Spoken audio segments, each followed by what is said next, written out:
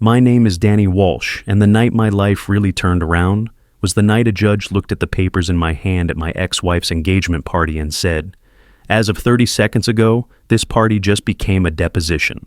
That was the first time I ever saw Jessica's smile fall right off her face. But that night only made sense because of the day everything fell apart. The morning my divorce was finalized, Jessica drove off in my truck with my house keys on her keychain. I stood on the steps of the Mecklenburg County Courthouse in Charlotte, North Carolina, holding a thin manila envelope, watching my whole life pull away into traffic. She stopped at the driver's door long enough to put on a show. Jessica slid off her wedding ring, turned it once so it caught the gray light, then flicked it onto the concrete. It bounced and came to rest against the toe of my shoe. The tiny metal click sounded louder than anything else on that sidewalk. She leaned out the open door, one high heel still on the pavement. "Don't wait up, Danny," she called. "Brad's taking me to Miami next week on your dime." Then she laughed, slammed the door, and drove away in my truck. For a moment, I just stared at the empty space she'd left. People brushed past me talking on their phones, juggling coffee and briefcases. To them, I was just another middle-aged guy in a cheap sport coat. To me, it felt like somebody had taken a socket wrench to my ribs. I looked down at the ring, 16 years of marriage lying in a crack in the concrete. I bent, picked it up, and felt how cold it was. My thumb found the little scratch on the inside, where it once caught on a bolt when I was working late at the auto shop. My buddies joked back then I was the only guy who could ding a marriage with a wrench. Now, there wasn't much marriage left to ding. I slipped the ring into my pocket next to the envelope, and a duffel bag at my feet were about all I had left. Jessica had the house. Jessica had the truck. She had most of what we'd saved. I had a small balance in checking and the deed to a beat-up little house on the edge of town that had belonged to my father. 2 blocks away, I caught the city bus, the same route Dad used to take when his old Ford wouldn't start. I dropped my last bills in the slot and sat in the back. The bus rattled past the Food Lion, past the turn into the subdivision, where Jessica and I had lived for 16 years, then out towards smaller houses and tired yards. I got off alone. Dad's house sat at the end of the street, gray paint peeling, porch sagging. The yard was mostly weeds and dirt. I stood there a second with my duffel in one hand and the envelope in the other. "Hey, Dad," I muttered, "your 50-year-old idiot kid's back." Inside, it smelled like dust and old coffee and motor oil. His recliner still faced the blank TV. The crooked blinds let in a stripe of November light. I dropped my duffel by the door and walked through the rooms. I'd cleaned just enough after he died 2 years ago to make the place respectable, then froze every time I talked about selling it. Jessica called it that ugly little money pit. Now that ugly little money pit was the only roof I had. I sank into his recliner and let the courthouse settle on me. 50 years old, divorced, broke, and starting over in my father's empty house. I thought about calling an old friend, then pictured myself standing there with a bag and a story. Pride kept the phone in my pocket. After a while, I dozed off. When I woke up, my neck hurt and the light had shifted. I pushed myself out of the chair and decided if I was going to stay even for one night, I'd better at least straighten up. I started in Dad's bedroom. Same old dresser, same alarm clock, frozen at 6:12. His work shirt still hung in the closet. I pulled a couple down and folded them. The top dresser drawer held socks and old receipts. The second had a few photos. Mom in her church dress before the cancer, me with a bad haircut at my high school graduation. The third drawer stuck near the back, then thumped with a dull sound when I tried to close it. Something about that sound was wrong. I pulled the drawer all the way out and set it on the bed. The bottom of the dresser was rough wood except at the back, where a strip looked different. When I ran my fingers along it, I felt the edge of old duct tape. My pulse picked up.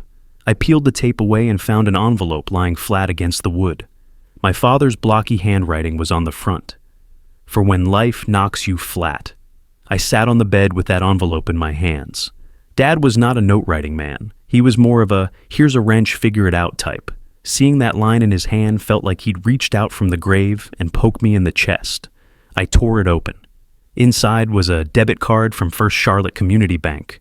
Old logo, edges a little warped but solid, no letter, no instructions, just the card and those 6 words on the envelope. "Okay," I said out loud. "Let's see what you did, old man." I slid the card into my wallet, grabbed my coat, and stepped back outside. The sky was low and flat, that Carolina gray that always made Dad say it was a good day to be inside turning wrenches. The bank wasn't far.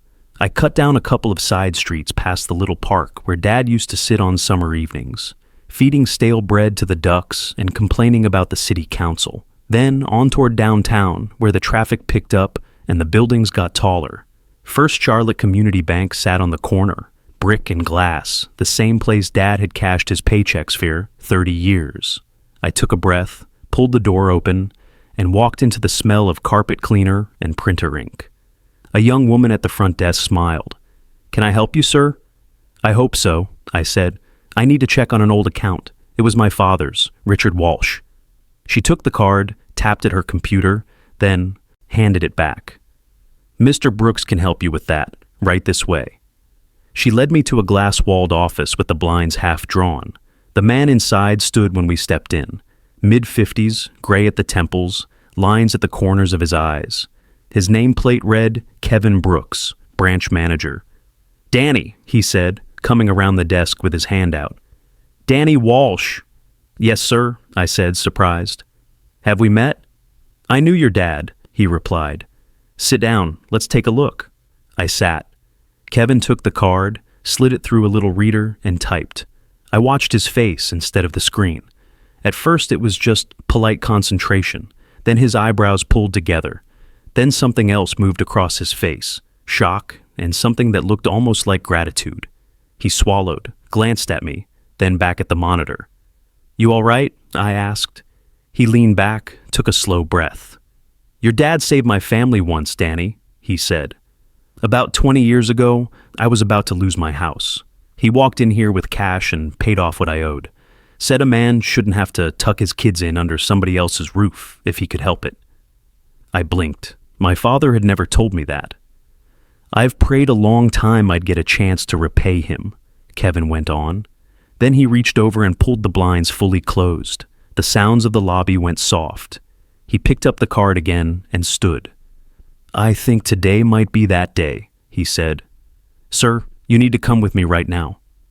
Kevin led me down a short hallway toward a private conference room. The walls were lined with framed photos of Charlotte through the years. Floods, parades, ribbon cuttings. One picture caught my eye, my father shaking hands with Governor Jim Hunt back in the 90s. I remembered that day mostly because Dad came home with a sunburn and said the governor's grip was stronger than a vice. Kevin opened the door and motioned me inside. He shut it gently behind us, then sat across from me at a round table. He rotated the monitor so only he could see it, took a deep breath, and turned the card over in his hands. "Danny," he said, "your father didn't tell you anything about this account." "Not a word," I replied. "Dad wasn't exactly chatty." Kevin smiled faintly.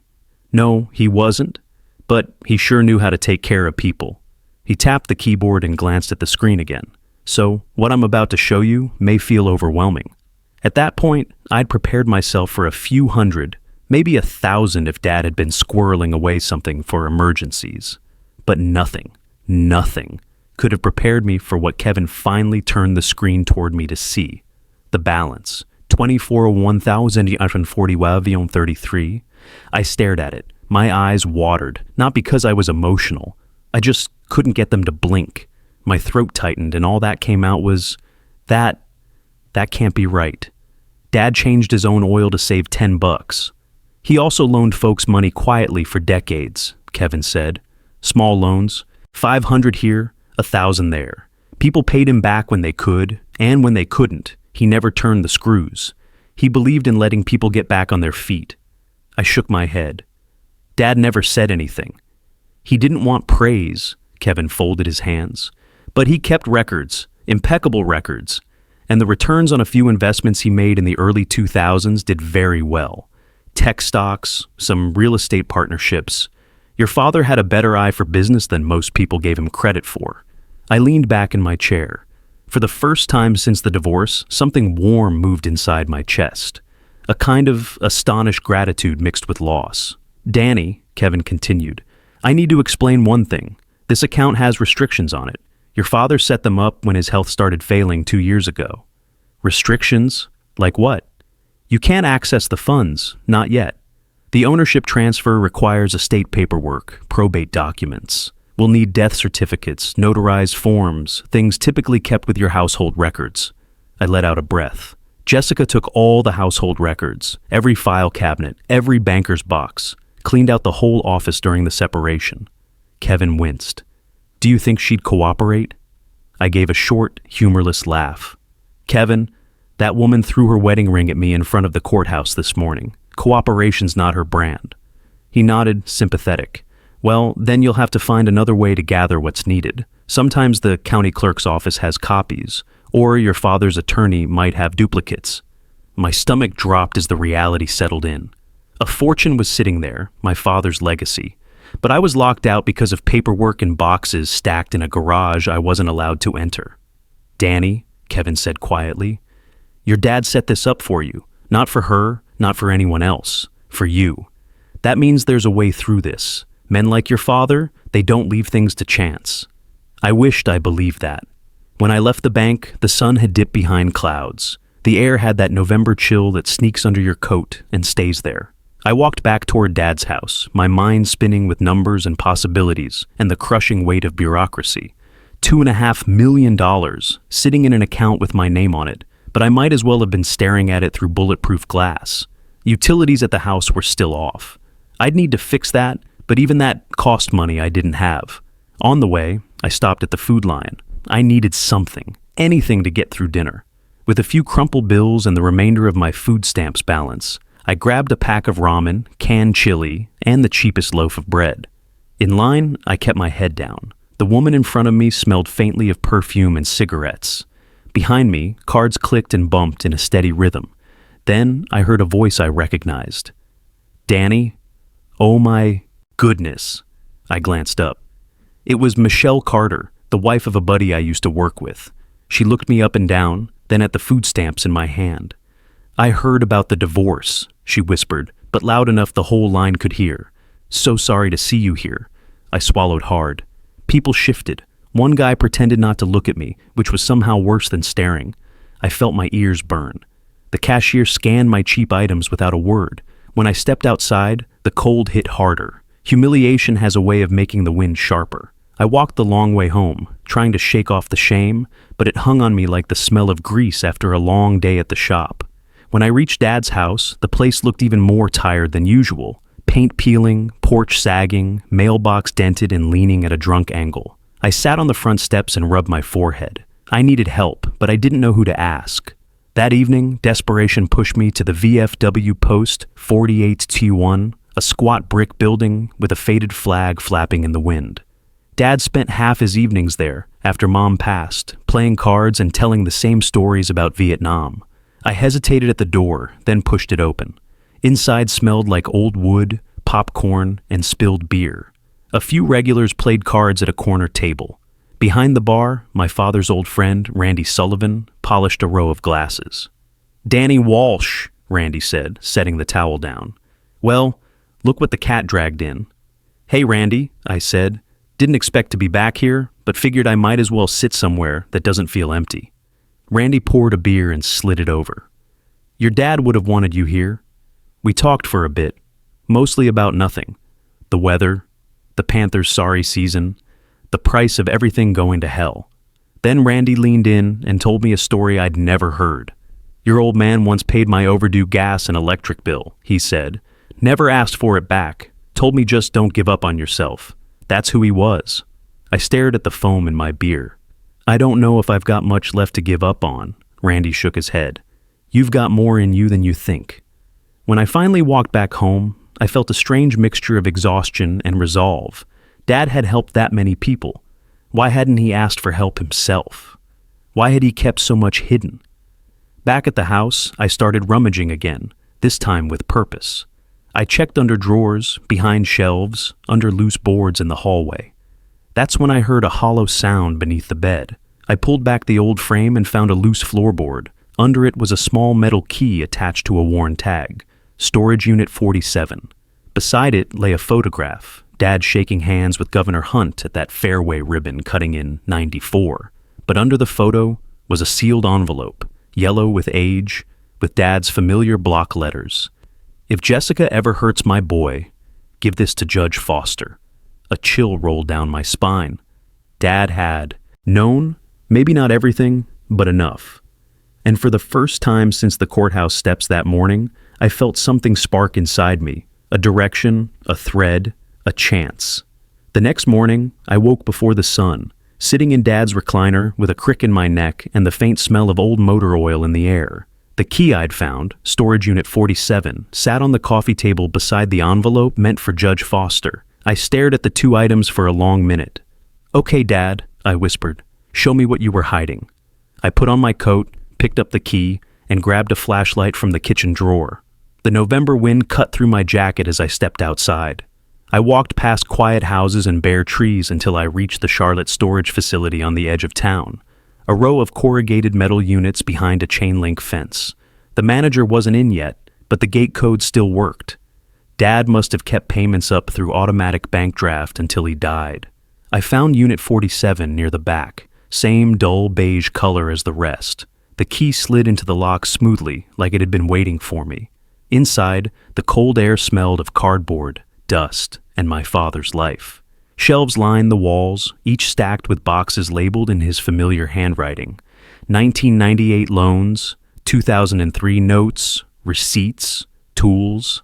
At the center sat a metal lockbox, heavy and dented. For a long moment, I just stood there. This was the closest I'd felt to my father in years. I knelt and opened the first box. Inside were ledgers, neatly written entries listing names, dates, loan amounts, repayment notes, and brief comments like, "paid in full after harvest," "helped get new transmission," or simply, "don't worry about it." Page after page, dozens of names, folks I recognized from around town, some I'd worked with at the shop, some who pretended not to see me at Food Lion the night before, all of them helped by my father when they were down. I flipped through the ledgers until one page caught my eye. The name at the top made my stomach jolt. Brad Foster, $500 loan, 2010. Next to it, in Dad's handwriting, never repaid, 2 years into Danny's marriage. Signature on repayment slip does not match. So, Brad had been a problem long before he slithered into Jessica's life. Dad had been watching, documenting, preparing for something he hoped would never come. I dug deeper through the shelves until I found the metal lockbox. It was heavier than it looked. The latch stuck before it finally popped open. Inside were 3 things I never expected to find together. 1, a stack of documents with Jessica's name all over them. There were credit card statements showing balance transfers, forged signatures, checks written from my account for purchases I didn't recognize, designer clothes, a hotel reservation in Asheville, spa weekends. Some papers were signed with a shaky version of my handwriting, like someone had been practicing. Good God, I breathed. She was draining me. Dry long before the divorce. 2, a revolver wrapped in an old shop rag, cold and heavy. Dad's old .38. I lifted it just enough to feel its weight. Memories flashed.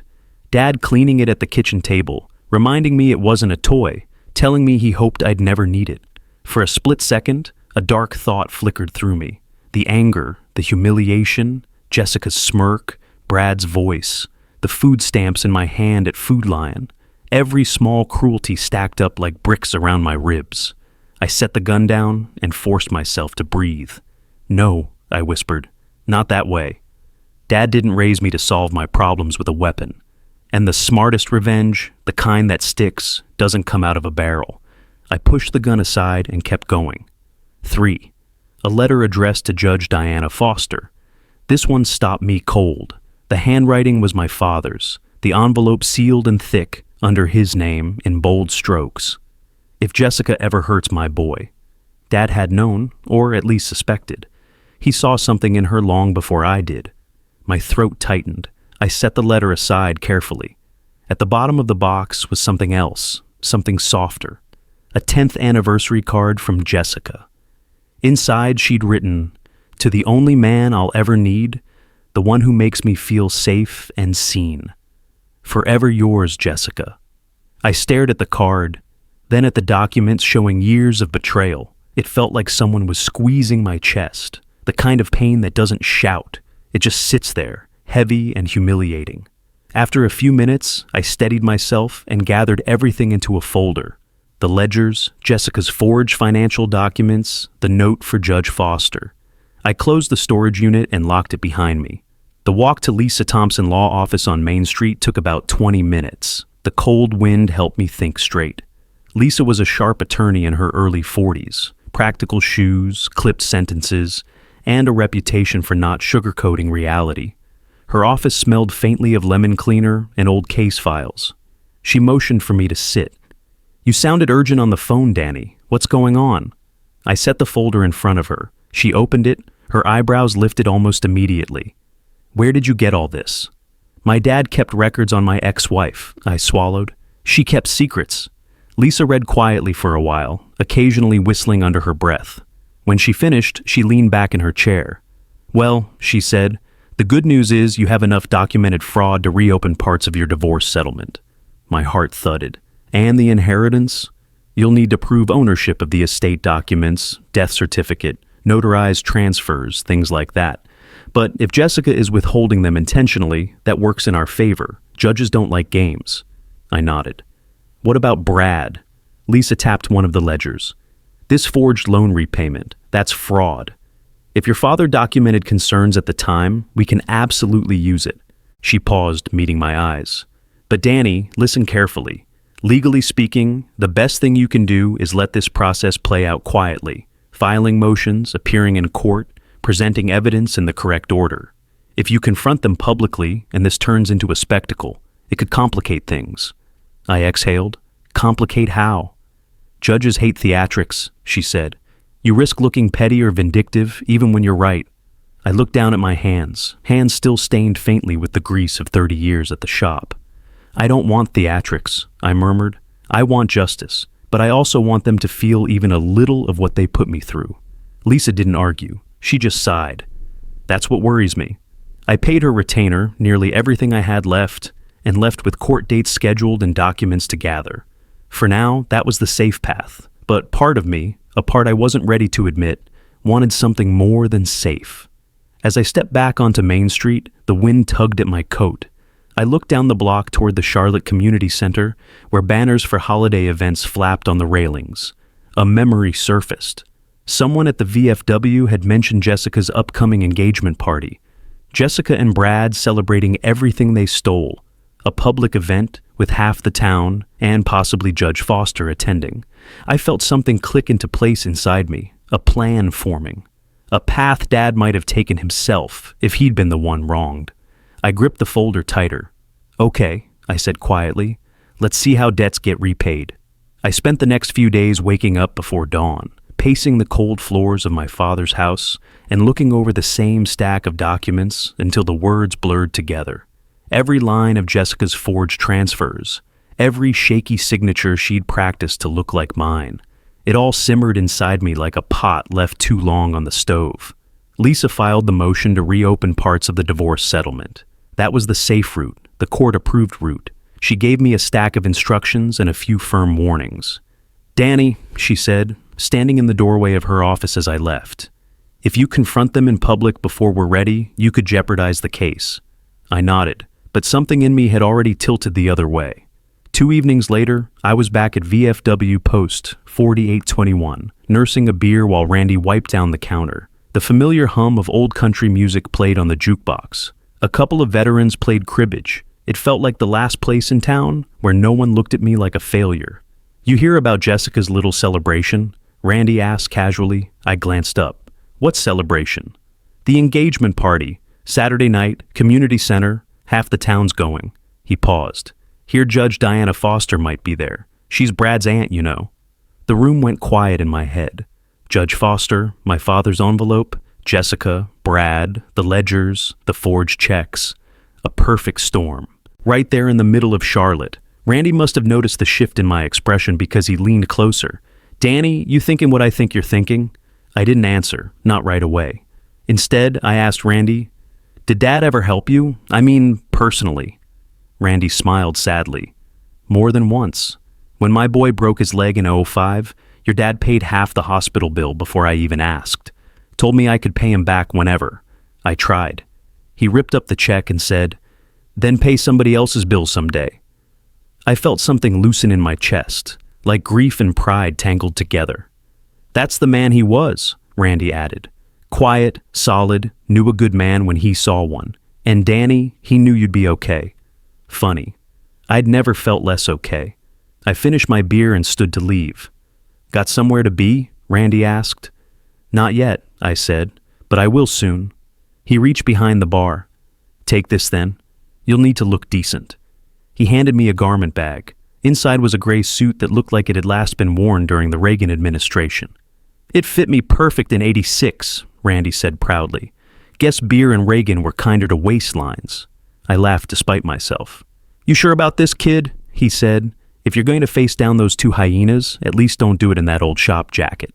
Saturday evening arrived cold, with the kind of wind that carries the smell of snow even before the first flake falls. I stood outside the Charlotte Community Center, clutching my father's folder under one arm and wearing Randy's oversized suit. The sleeves were a touch long, and the shoulders didn't sit quite right, but it was the best I'd looked since before the divorce. Bright lights glowed through the big windows. Inside, people milled around with plastic cups of cheap champagne. Music floated out each time the doors opened. From what I could see, Jessica had gone all out. Streamers, balloons, white tablecloths. She wanted the whole town to watch her new life begin. Perfect. I took a deep breath and pushed open the door. Warmth washed over me. Too much warmth, too many smiling faces that faltered the second they recognized me. A couple from church whispered to each other. Someone else nudged their friend and pointed. Then Jessica saw me. She stood near a buffet table in a red dress, her blonde hair curled just enough to say she'd hired someone professional. Brad stood beside her in a suit that probably cost twice what my truck had been worth. "Well, well," Jessica said loudly, just as the music dipped.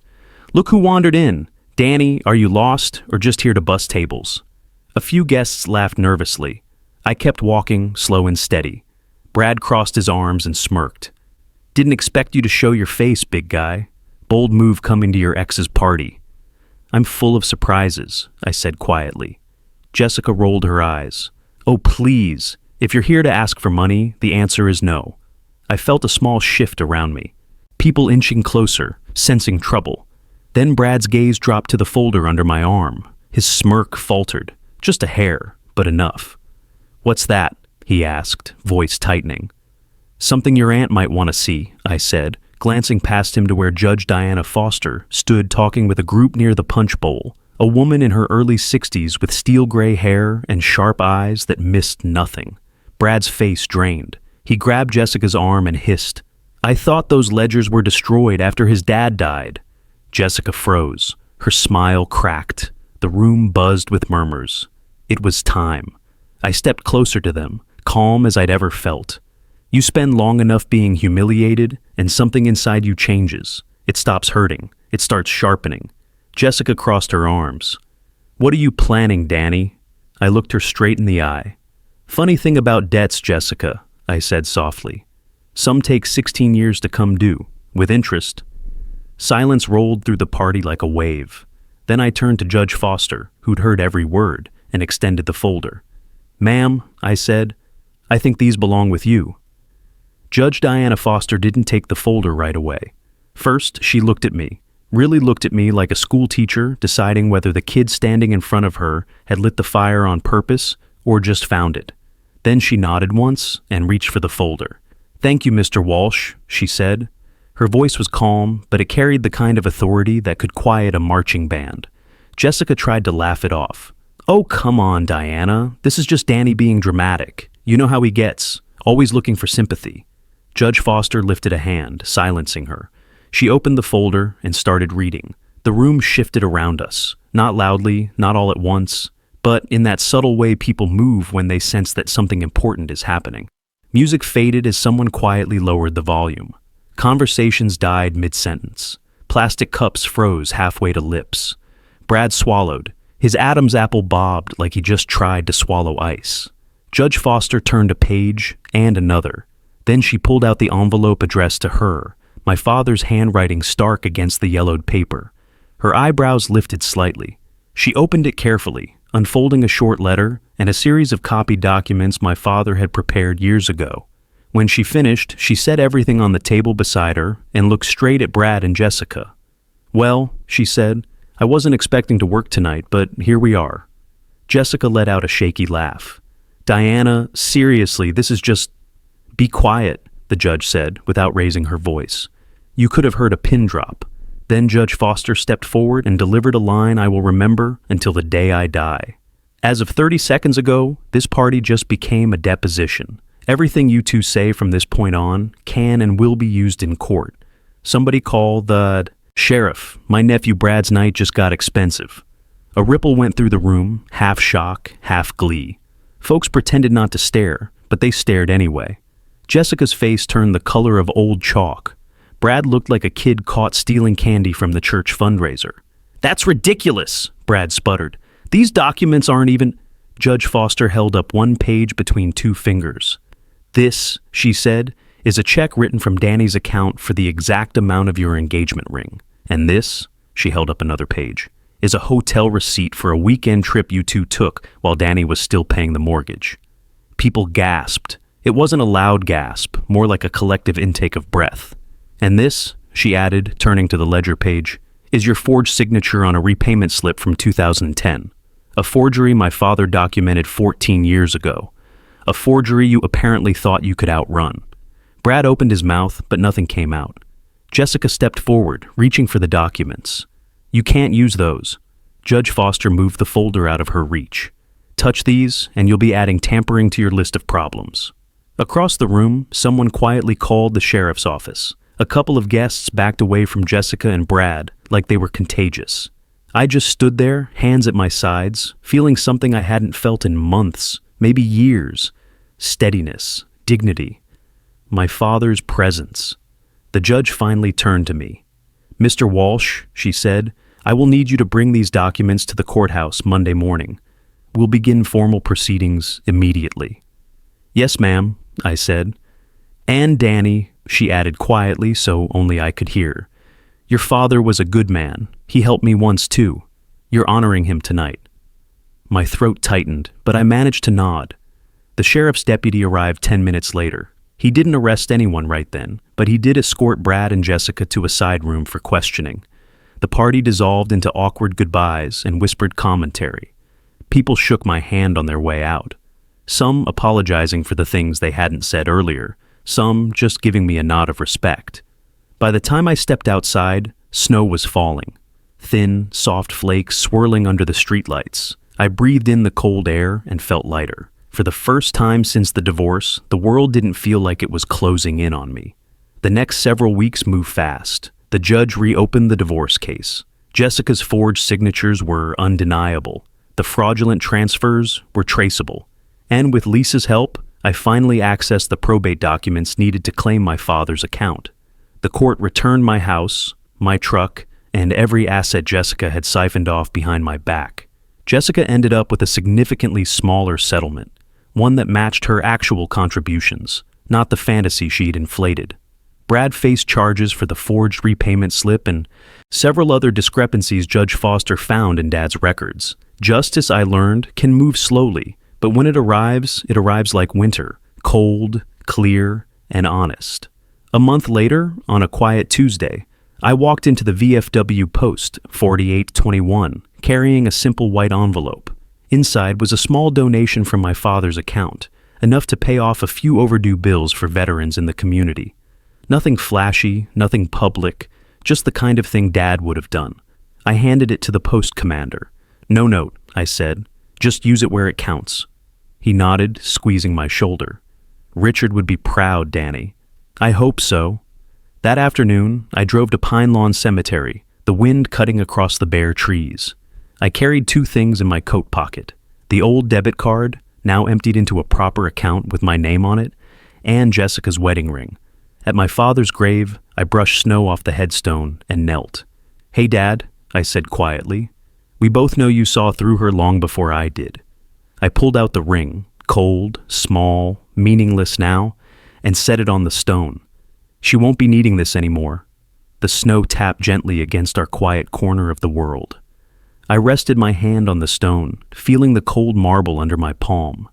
"Thanks for looking out for me," I whispered, "and for teaching me that the best revenge isn't making them hurt. It's becoming the man you always believed I could be, while they lose everything they thought they stole."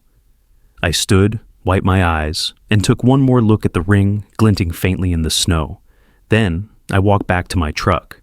If my story meant something to you, if it reminded you that dignity can come back, that justice shows up eventually, that good men leave ripples long after they're gone, then stick around a while, I've got more stories to tell, and maybe one of them sounds a little like your own.